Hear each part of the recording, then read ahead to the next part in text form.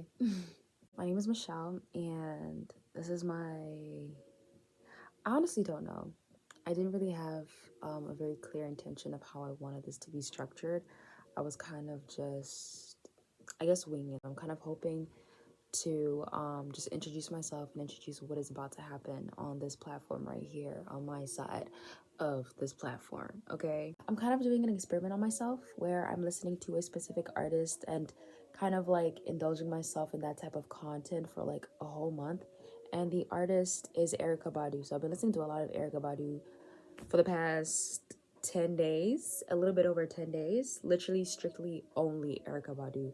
I'll listen to other like neo soul artists. I listened to Jill Scott the other day, as well as Erica Badu, but mostly just Erica. That aside, she's in the background. If y'all can hear her, just vibe out, just vibe out, enjoy the vibes, okay? I'll just take you guys through the whole thing. Who am I? I go by the artist name Msami, which is like my last name, so Michelle Msami. I'm going by my last name, trying to create some generational wealth here, okay? Expand that towards not just the generation that I will potentially create, but the generation that has been before me, right? But I'm from Botswana. I was born and raised there. My parents are Tanzanian. They moved to Botswana. They have me, they have my brother, my sister, and we've been there since. In high school, my first high school that I went to, I was taking GCSEs, right? And I did art there. And I was okay at it. Like, I was really upset when I didn't pass or I didn't get the grade that I wanted. But, it was what it was. And then I graduated from there. And then I went to another high school doing like a bridging course between high school and university. And I did the IBDP, which is the International Baccalaureate Diploma Program. And I took higher level there. And I feel like that was like the one point where everything just switched for me and things started to click. Okay, shout out to my professor that time, Mr. Manu. I remember this one time I was working on a painting and he was like, "Who are you?" Like, that's the question he was asking me. He's like, "Who are you? That's something you should investigate." And ever since then, I've been trying to figure out who the fuck I am. And it's been a journey, honestly speaking. I feel like if he hadn't asked me that, I'd probably be somewhere else and I'd probably be so different from right now. But that program really did change everything for me. I started to dive into conceptual art, coming up with an idea or a question and creating art around that. And I started to create really great fucking work. Like this piece here, Objects in the Mirror, was inspired by a whole bunch of artists. It was like a racial piece, okay? So it was David Hammond's in there, as well as Basquiat was also in there, and kind of adding those two elements on like blackness and racial issues. And then I did this self-portrait, which I've never done a self-portrait before, but that was the first time. And like we had an exhibition, so it was like a full, like just me in there and like a white blank background. And then at the end of the exhibition, I had people write down their comments, like, what they thought of the exhibition and the art and everything. And it was really great. I also made my first ever sculpture. I've never sculpted before, especially with clay. And I made this bust for Divine Feminine, the bust of Nefertiti. And I've been obsessed with Nefertiti ever since then. Like, I even have her tatted on my right hand. Like, the way that it was exhibited was like she was sitting on like this pillar, and then there was like dried rose stems on there, and then like a rose halo above her.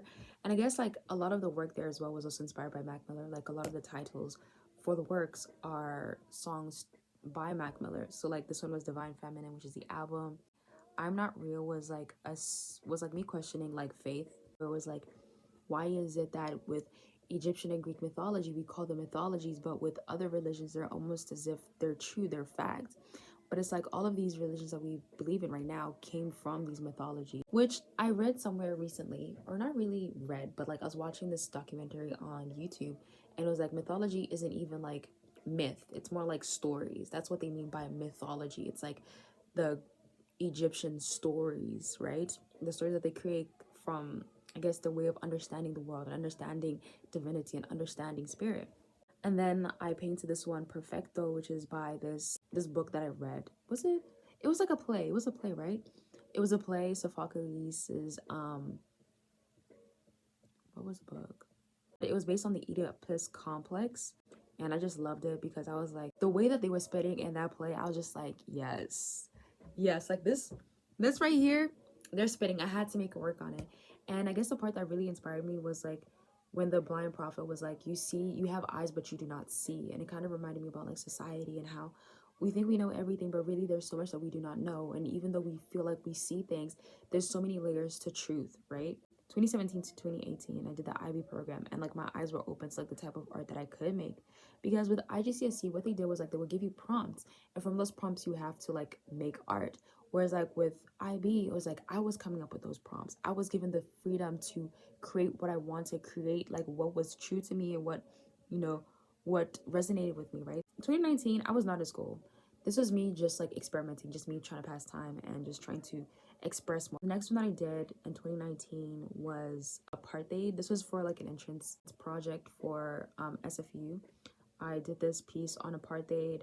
I printed out all of these like articles on like what was going on in South Africa and like how they were quote unquote vandalizing. They were literally just trying to reclaim their own sovereignty because there were all these apartheid leaders in there on the school campuses and the school grounds, and it's like this is a majority black population, and you've got these people here who literally put their ancestors into slavery, into what is it, segregation, and abuse them, and it's like they're taking it down for a reason. So I kind of had all those articles in there and kind of just had like those people and like deconstructed and stuff, whatever. So this one piece here is called Internal Healing. I made a lot of work around this time actually, but I like this one the most because I didn't even know, but like amethyst is a very healing crystal, and that's what I got inspiration from for this piece here. I didn't even, at this time I wasn't even tapped into crystals or anything like that. I was just going off the dome, right?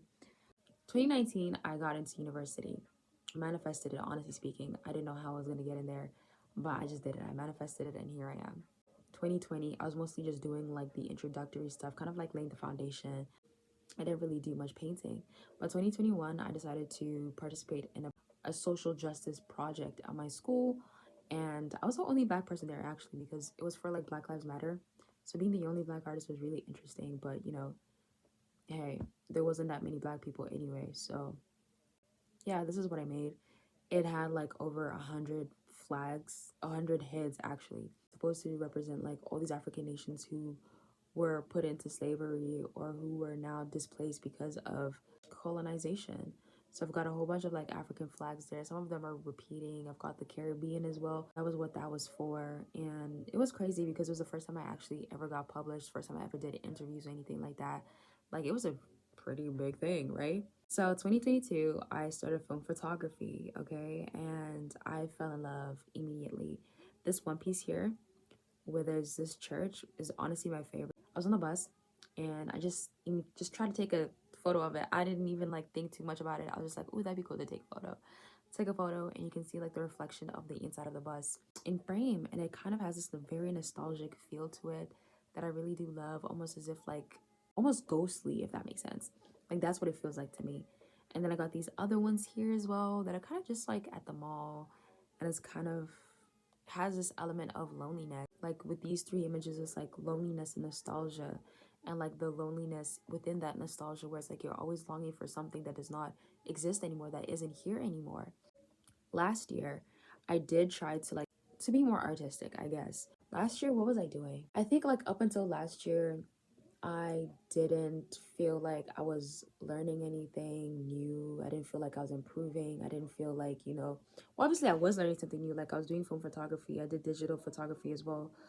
But I didn't feel like I was really evolving. Like my art wasn't going anywhere.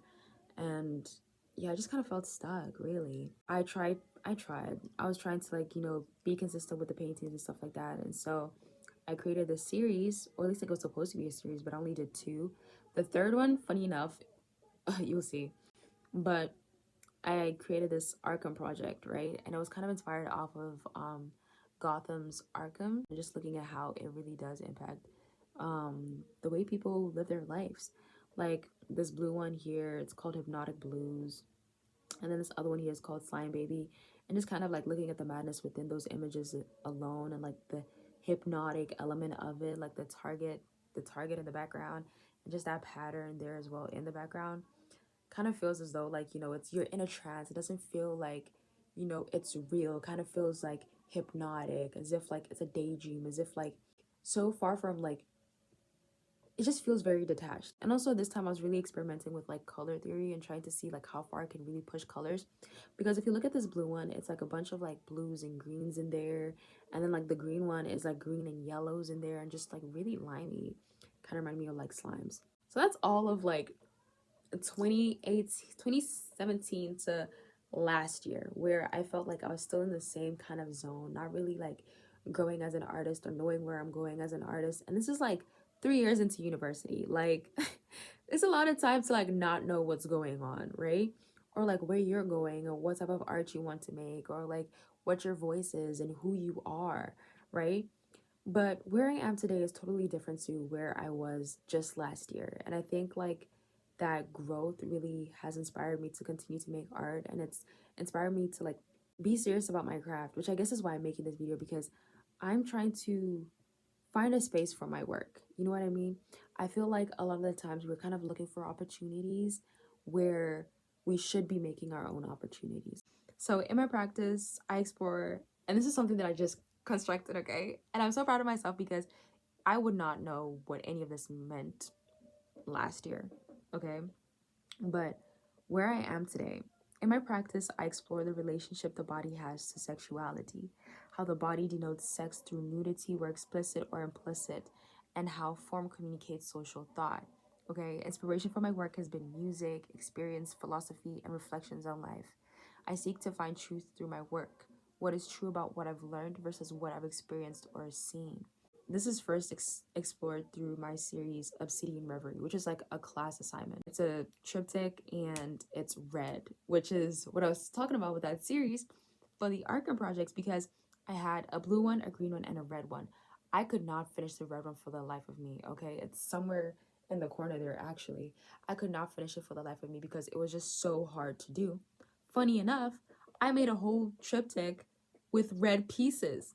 So this one is on obsession, and I guess that's where the name Obsidian Reverie comes through, where it's like this never ending darkness, this never ending flow of darkness, right? It's like an abyss. And that obsession is what I was trying to capture with that, where it's like there's this very conflicting nature within obsession, where it's like there's so many layers to it, where there's like the light obsession to like a deep and possessive type of obsession, where it's like animalistic and it feels very in tune with like nature, with what's natural and what is not, basically what is raw, okay, what is not constructed or within societal um perceptions or constructions, right? So that's Obsidian Reverie. It's a triptych and I love it very much. The middle one is honestly my favorite because it was so hard to get this triple exposure. Like double exposure is cool. Triple, baby. When I first did it, the first canvas that I painted, I was like, okay, I think I get what is going on, but I don't really get what's going on. I had to put it aside.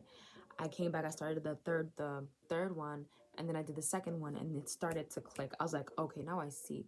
So then it all came down to like building that dimension, building that depth, building those curves that, you know, really bring out the human element. I don't want it to be flat. I wanted it to really be layered, to really have that depth and really have that feel of obsessions, kind of like hypnotic in a way where like nothing is truly clear. And I feel like that also adds to that feeling of obsession, where it's like you're so deep in that emotion, not exactly emotion, deep in that state of mind where you can't see clearly.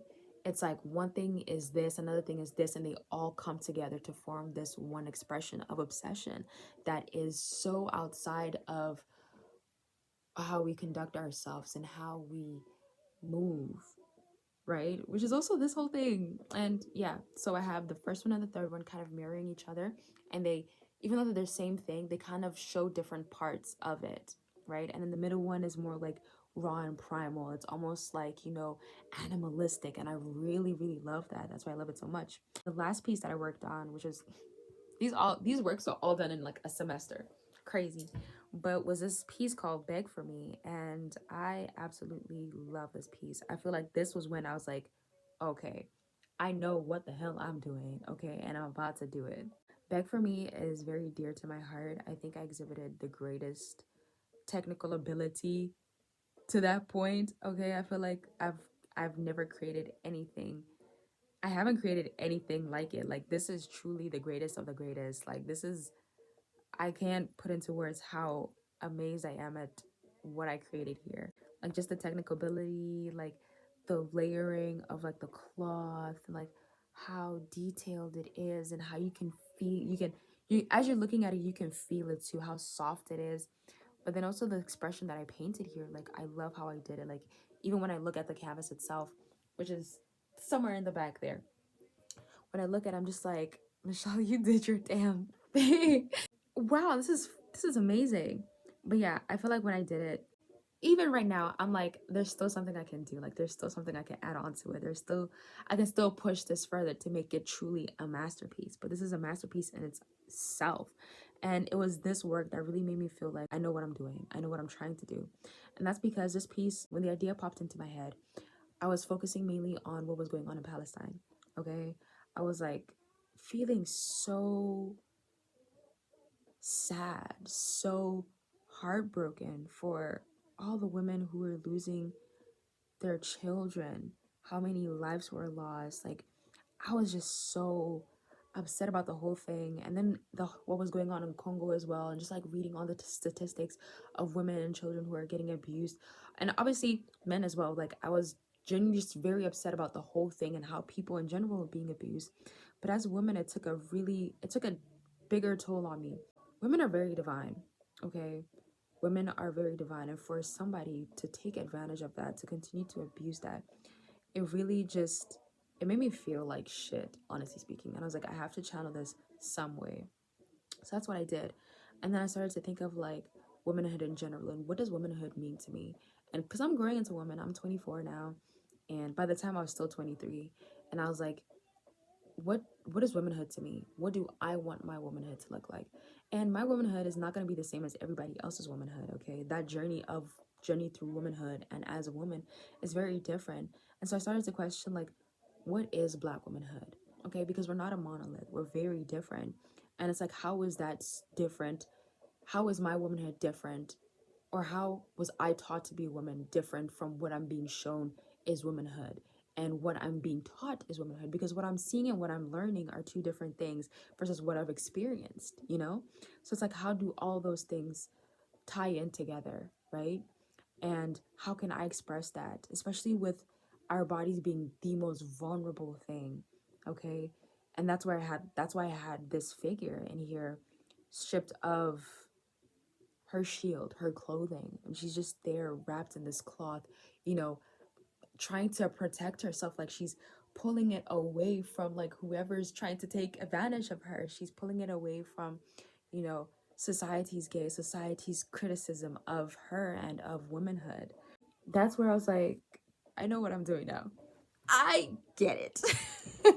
I totally get it. I know what's going on now. And I've got so many ideas right now. Like school started again. It's September the 10th. My classes started, and I already have two ideas for paintings that I want to do because I'm taking two painting classes. Well, they're not specifically painting classes, but I paint, so they're painting classes. I've got ideas, and I'm just like seeing how they're all just gonna tie in together and support each other. And I'm just so excited to see how far that's gonna go, and like what it's gonna look like, and how those ideas that I have are going to change. Because the next piece that I have, which is like a self-directed course, it's very different. I feel like nobody's really talking about these type, well, they are talking about these things, but they're not showing it, they're not doing it in art. And I feel like art is such a, it's such a unique way. Like this is documentation of life, of history, right? So I'm really excited to see where that goes and what that's gonna look like. I'm pretty sure it's gonna be great as well. But just to have somebody as well, like my professor, because he really did, he changed everything for me, okay? And that isn't to say like my previous professors weren't doing anything, because my professor for like my first, I think first 2 years, I love them, okay? Because they really did, they were that gentle push into like creating my style, okay? Like the way that I paint and the way that I capture colors and all of that stuff. Because I was doing figurative paintings and drawings, and they were my professor. Shout out to Shell. Even for the social justice project, they were the, I guess, the coordinator for that one as well. And they really did just encourage me, and they were very gentle. And I just love that element to professors where they're not harsh, they're not trying to be mean, which is what happened with like one of my other professors I had, I think in 2022, which is why I didn't show any of the paintings because I hated that class. My professor, working with him again this year, this semester, sorry, and next semester, which will be my last semester. He really did push the way that I create work. He kind of, not exactly pushed, but like he lit a candle. Okay, he turned on a light and he's like, "What about that? You got that in the dark. Let's think about that." Because even with the triptych, he was like, the first drafts that I did, he was like, "Okay, but you might want to think of like how can these pieces be standalone pieces?" Because what I did, the first piece, the first draft that I did was like these pieces all work together. Like there's only one strong one and then two supporting ones, right? And the two supporting ones cannot stand alone unless they have that middle one or they have each other. Whereas I feel like these three now can stand alone, right? So yeah, I'm very grateful for that. And just like seeing that huge jump in like technical ability was really great. And I'm excited to see what happens this semester as well. There's not much that I want to say really now. This is just like a quick introduction to who I am as an artist and what I'm hoping for and like what that journey has been like for me, really. Like I said, my name is Michelle Musami. That's my artist name. And I'm a painter, and that's my story. That's my story. I think I like when art really does reflect life, when it truly reflects life. It's not just some, you know, I don't know. I don't want to say this without seeming like I'm disregarding other people's form of expression, but I love when art really does reflect the times. I love when art really is, it speaks to people in a way that's deeper than just surface level, okay? That's deeper than just like, oh yeah, like we've got issues. It's like, what are those issues and how can we push those issues forward for people to confront? How can we, you know, bring things that are not talked about or softly talked about to the forefront? How can we get people to have these conversations? How can we trigger a response in people, you know? Because I feel like a lot of the times, like I'll look at art and I'll be like, oh, that's pretty, but like I'm not really feeling it. Even with like artist statements and stuff like that, like I get it, but like I don't feel it, you know? And I feel like art has to make you feel. But yeah, I think it's really funny how I did this Arkham Asylum project only to later on do the work that I was struggling to do. Okay, which is the red pieces. Like it was so hard. I gave up. Like I was like, this is not working. This red is not coming out the way I want it to come out. Put it aside. Next year, boom, we're doing the same thing. Crazy stuff. There's a lot of things that are still developing within my own practice that I'm still trying to figure out. Like I don't know how to manage my time when I'm painting, because for me, painting comes naturally. Like I paint when I'm in the mood to most of the times when I'm in the mood to paint, or I just paint. But if I'm not feeling like painting, I'm not gonna paint. Like I can't push myself to paint, right? Even if it's like experimenting and stuff like that. Like I don't experiment. Like my experimentation is the painting itself. Like this the triptych, first time I did that. The triple exposure, first time I did that right on the canvas. The what was it? The apartheid piece, first time I ever did something like that. That's my experimentation. That's my documentation. I'm hoping to share more of the process. Lots of exciting things. I'm excited for like the semester. Um, and yeah, these are gonna be like little journal improvs. I'll obviously add some like proper videos of like the work and like the progress and all that stuff. But for now, these are gonna be like little journal entries. Um, and I also come on here to like share what I've learned or what I'm learning, um, the experiences that I've had and like what it's like, you know, building those relationships with other artists and galleries and curators and stuff like that, and like what it's like to truly be and exist within this art world in a way that doesn't feel superficial. It doesn't feel like I know it all, because one of my works, I tried to get into a gallery. Actually, I did get into a gallery, but that process was so painful. I wanted to give up so many times, but we could talk about that maybe in the next video or something like that if you guys are interested, or if, you know, I decide to just do it, because I don't even know if by the time y'all see this, I would have posted it or not, or, yeah. I'm excited, and I hope you guys will be open to going on this journey with me. For me, it's more than just art. It's more than just painting. It's It's the art, it's the fashion, it's the music, it's spirituality, it's just existence within itself that is art. So I hope to share so much more with you guys, and I hope you guys are interested in that journey with me, and we can always share together in the comments. I don't know if you can message on YouTube. Can you do that? That'd be really cool. I don't know. I've got Instagram, but I've deleted Instagram and TikTok right now, so YouTube is really all I got. And I'm about to watch literally all the videos, because going from having 3 social media platforms to just one is a huge change, especially if you're used to like bouncing through all of them. You're kind of just stuck on this one platform. But I've been reading. Oh, actually, let me read you this one line that I really love. My all-time favorite book that I find myself going back to all the time. I think I'll have to buy like 5 more of these books, because it seems as though like I'm going to run through it or just cover it, is The Alchemist. When I tell you guys, I love, love, love this book. Okay, I read it. I've read it. This is probably my 3rd time reading it. And I come to it every time I feel like I'm restarting my spiritual journey.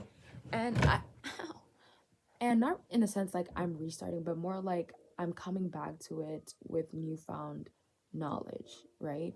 I've learned something and I'm coming back and I'm applying it to the principles and kind of just like using it to reflect on my life. But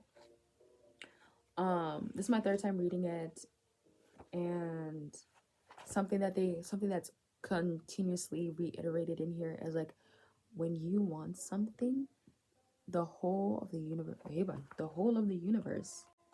I know what the quote is, but I don't know why I said the whole of the universe. It kind of threw me off. Okay. Oh my god, when you want something, all of the universe conspires in helping you to achieve it. Hold on. The the whole of the universe really just, I was like, the whole of the universe. Where did that come from? Something that I am trying to practice now is like to listen to my heart. And this quote here says, "Listen to your heart. It knows all things because it came from the soul of the world, and it will one day return there." I'm going to leave you guys with this quote from the book. It's on page 21, and it says, "Whoever you are or whatever it is that you do, when you really want something, it is because that desire originated in the soul of the universe. It is your mission on earth.